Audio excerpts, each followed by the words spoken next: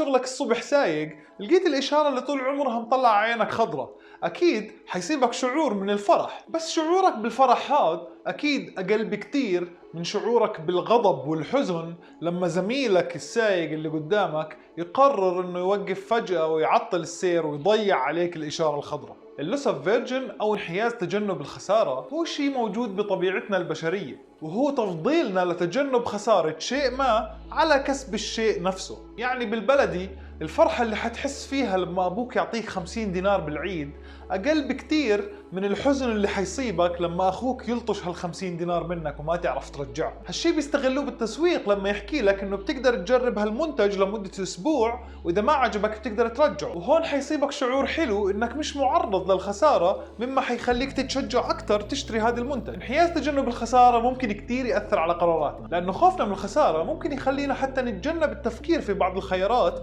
اللي من وجهة نظرنا ممكن تكون عالية الخطورة، مع إنه هالخيارات ممكن تكون جدا مفيدة لنا إذا حسبناها بطريقة صح. خوفنا من الخسارة ممكن يكون تأثيره على بلاد كامل إذا هالشي منعنا من تجربة حلول إبداعية جديدة أو أشياء فيها مخاطرة لمعالجة قضايا كبيرة. من الأمثلة الشهيرة على هذا الموضوع هو الشيء اللي عملته البرازيل لمعالجة بعض الأمراض اللي بينقلها الناموس مثل الزيكا وحمى الضنك والحمى الصفراء. اللي عملته البرازيل إنها عدلت الناموس جينيا لتحويل أكبر عدد من الناموس لذكور، مع العلم إنه الناموس الذكر ما بتعض وبتنقل جين مدمر لسلالتها. وهالشي كان خطير جدا لأنه هالتعديل الجيني اللي عملته البرازيل كان ممكن يخلي الناموس يصير ينقل أمراض جديدة غير اللي كنا نحاول نكافحها. بس العملية نجحت بتخفيض يرقات الناموس ل 82%، والسنة اللي بعدها تخفيض حمى الضنك ل 91%. لو حب تجنب الخسارة كان أعلى بالبرازيل، عملية زي هاي كان ممكن ما تنعمل بالمرة زي بعض الدول الأوروبية اللي يعتبر فيها اللوس اوف فيرجن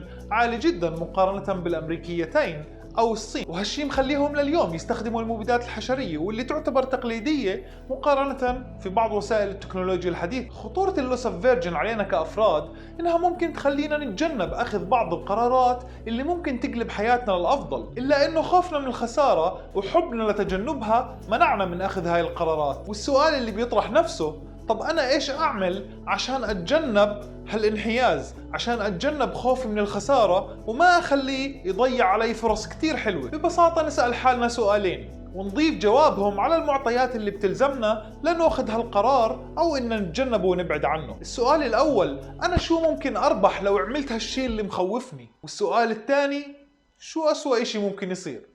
الإنسان بطبيعته بيحب يشارك المعرفة لأسباب كتير، لنظهر الجانب الأفضل منا أو حتى لنحس بشعور أحسن، لنعلم ونساعد أو لنقنع ونتواصل. شو ما كان هدفكم لا تنسوا تشاركوا هالفيديو وتحكوا لي بالتعليقات شو عجبكم بعد ما تعملوا لايك أو شو ما عجبكم بعد ما تعملوا ديسلايك، وعلى الجهتين اشتركوا بالقناة ليوصلكم كل شي جديد مني أنا هاني هواش ومن سوبر إيجو. سلام.